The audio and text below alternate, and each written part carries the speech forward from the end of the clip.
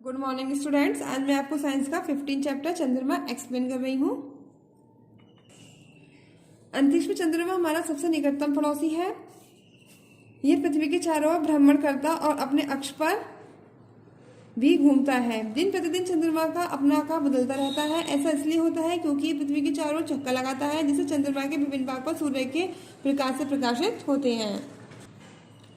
चंद्रमा की सतह खुरदरी और असमतल होती है। मैदानों पर स्थित पर्वत और बड़े गड्ढे गर्त दैट मीन्स क्रेटर कहलाते हैं। वैज्ञानिकों के अनुसार क्रेटर भारी स्थान से चट्टानों, जिन्हें उल्कापिंड कहते हैं, चंद्रमा के टकराने के कारण बनते हैं।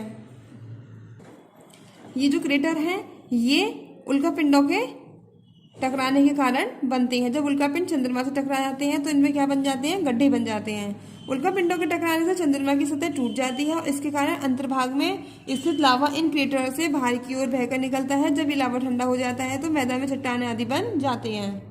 ये देखिए इस पिक्चर में दिखाई गई हैं। देखिए यहाँ पर ये ऐसे गड्ढे बन जाते हैं। ये है चंद्रमा की सतह।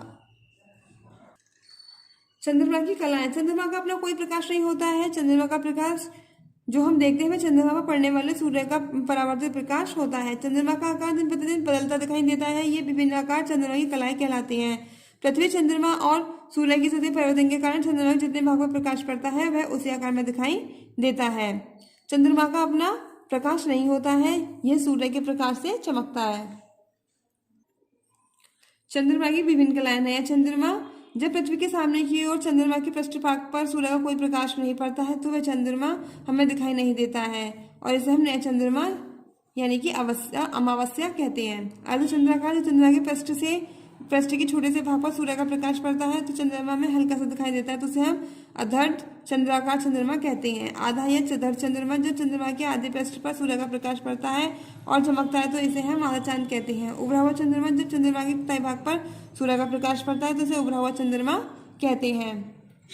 पूर्ण चंद्रमा। जब चंद्रमा के संपूर्ण पृष्ठ पर सूर्य का प्रकाश पड़ता है तो इसे हम पूर्ण चंद्रमा कहकर पुकारते हैं, दैट मीन्स पूर्णिमा।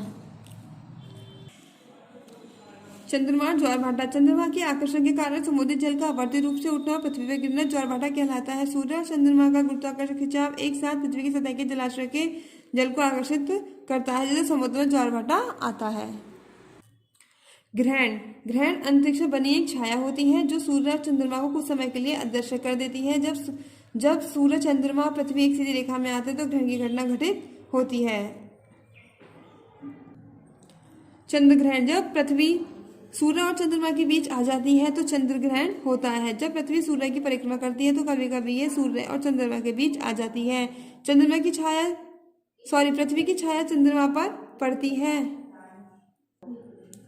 तो छाया का वह भाग सूर्य के प्रकाश को पूर्णतः अवरुद्ध कर देता है, प्रच्छाया कहलाता है। अन्य भाग जो कि सूर्य के प्रकाश के कुछ भाग को अवरुद्ध करता है, उपछाया कहलाता है। चंद्र ग्रहण पूर्ण या आंशिक हो सकता है। जब पृथ्वी की छाया चंद्रमा को पूर्ण से ढक देती है तो उसे पूर्ण चंद्र ग्रहण कहते हैं। और जब पृथ्वी की छाया चंद्रमा को आंशिक रूप से ढकती है, आंशिक में थोड़ा सा ही भाग ढकती है, तो इसे हम आंशिक चंद्र ग्रहण कहते हैं।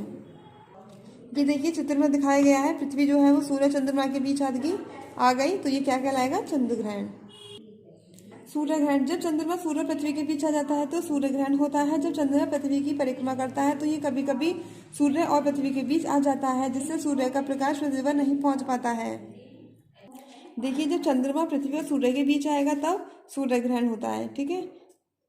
जब सूर्य चंद्रमा द्वारा पूर्णतः ढक जाता है तो इसे पूर्ण सूर्य ग्रहण कहते हैं। जब सूर्य चंद्रमा द्वारा आंशिक रूप से ढकता है तो इसे आंशिक सूर्य ग्रहण कहते हैं। चंद्र अभियान। चंद्रमा ही केवल ऐसा खगोलीय पिंड है जहाँ मनुष्य इतनी दूर से चंद्रमा पर यात्रा कर चुका है। चंद्रमा की सतह पर पहली बार उतरने वाले 3 अमेरिकी अंतरिक्ष यात्री थे, नील आर्मस्ट्रांग, एडविन एल्ड्रिन और माइकल कॉलिंस। नील आर्मस्ट्रांग चंद्रमा की तरफ पैर रखने वाले पहले व्यक्ति थे। उनके बाद थे एडविन एल्ड्रिन और माइकल कॉलिंस। पीछे अंतरिक्ष यान में रुके रहे।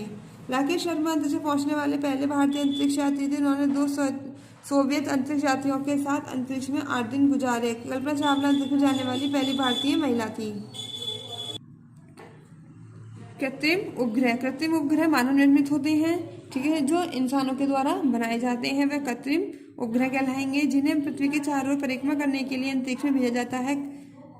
स्पुतनिक फर्स्ट पहला अंतरिक्ष यान था जिसको 4 अक्टूबर 1997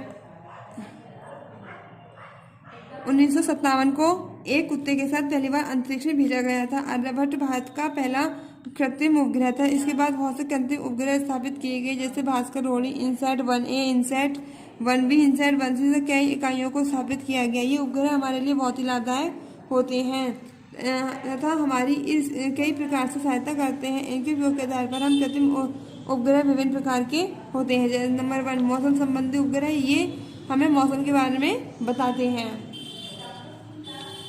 आपने देखा होगा तूफान आने से पहले ही टीवी पे न्यूज़ आ जाती है कि कल मौसम खराब हो सकता है या कल तूफान आ सकता है, तो वो उपग्रह के कृत्रिम उपग्रह के द्वारा ही हमें पता चलता है। संचार संबंधी उपग्रह, इनका उपयोग टीवी के कार्यक्रम, दूरभाषा वार्तालाप को पूरी पद्धति प्रसारित करने के लिए किया जाता है। ये पानी की जहाज़ों और हवाई जहाज़ों को दिशा ज्ञान कराने में सहायता करता है। विज्ञान संबंधी उपग्रह, ये ग्रहांतरिक सूचनाएं एकत्रित करते हैं, खगोल शास्त्री आंकड़ों से अंतरिक्ष में होने वाले घटनाओं का अध्ययन करते हैं। नौवहन उपग्रह, ये विमानों, जलयानों आदि को उनके स्थान तक पहुंचाने में सहायता करता है। आई होप आपको चैप्टर 6 समझ में आया होगा। Thank you.